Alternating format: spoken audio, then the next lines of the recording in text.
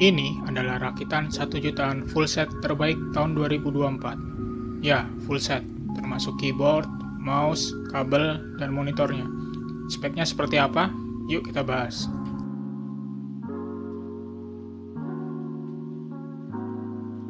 Kita bahas dari periferalnya dulu nih. Pertama, mouse. Ya, mouse standar dengan merek Dell ini saya dapat sepaket dengan keyboardnya nih. Mouse-nya masih responsif, klik dan scrollnya juga masih mulus. Keyboardnya saya dapat merek Votre dalam kondisi mulus.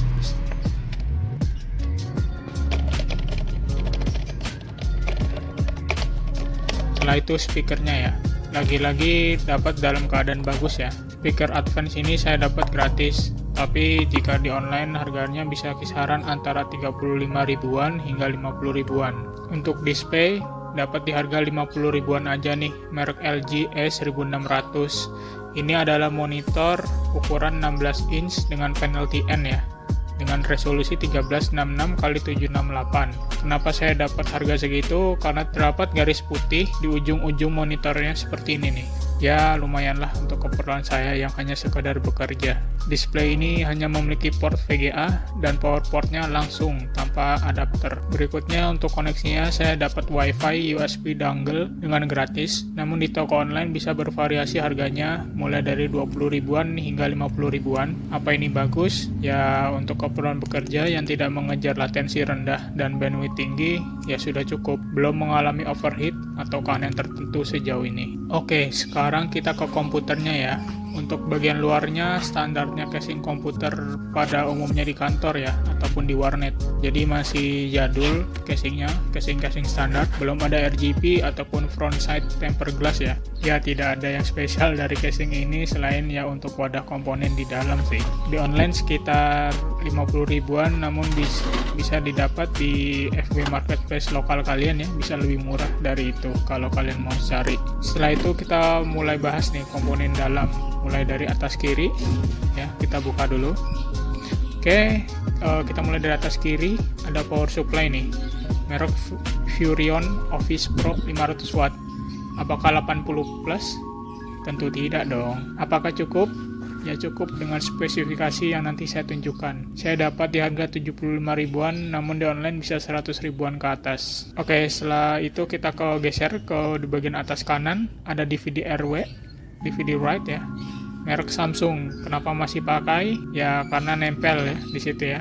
Jadi sepaket sama casingnya gitu. Daripada berlubang casingnya lebih baik ya diisi. Mungkin suatu hari nanti kan bakal kepake ya. Setelah itu kanan bawahnya ya. Sekarang kita menuju kanan bawahnya, ada storage ya. Di sini saya memakai SSD Samsung 750 EVO. Saya dapat harga bekas 100 ribuan saja. 100 ribu nih, 100 ribu aja. 120 GB dan kecepatannya masih optimal dengan TBW yang sudah sedikit lagi menyentuh batasnya. Setelah itu kita bergeser lagi nih ke kiri sedikit.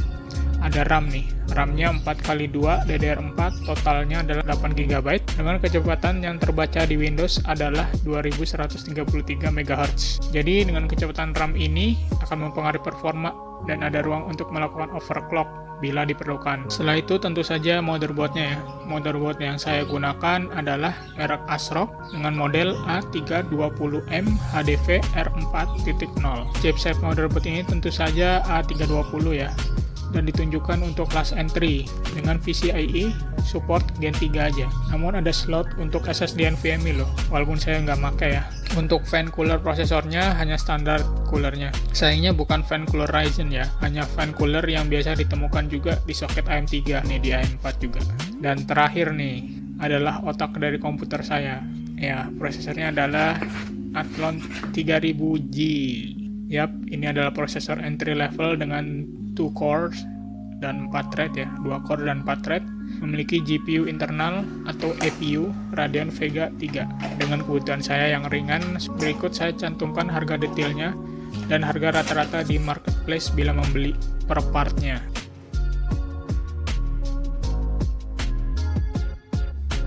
Setelah itu kita cek performanya. Berikut benchmark storage-nya nih. Oke, itu hasilnya saya cantumkan.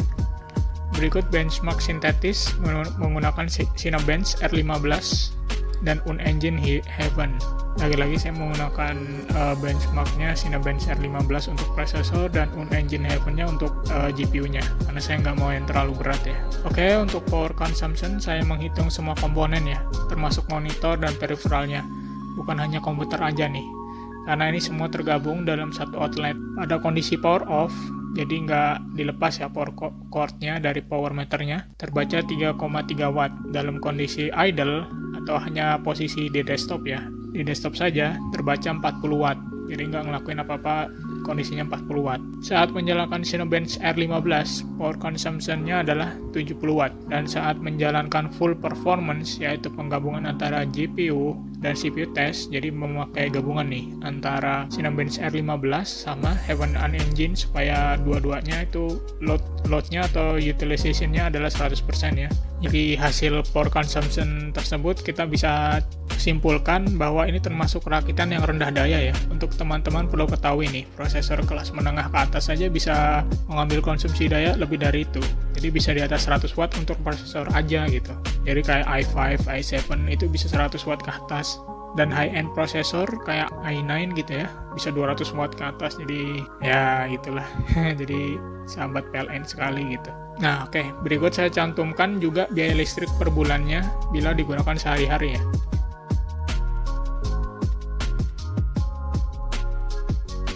Jadi rakitan 1 jutaan ini berfokus pada keinginan saya yang membutuhkan komputer dengan daya kecil namun cukup mumpuni dengan upgrade path atau pilihan upgrade yang panjang. Membuat rakitan ini akhirnya tercipta dan ke depan akan sangat mudah upgrade bila ada budget dan beban kerjanya bertambah untuk komputer rakitan ini. Jadi teman-teman, kalau kalian juga membutuhkan part-partnya bisa cek juga di link deskripsi ya. Kalau kalian suka video ini, kalian bisa like, berikan komentar, dan share video ini ke teman kalian bila ada yang mau rakit sesuai budget yang sama.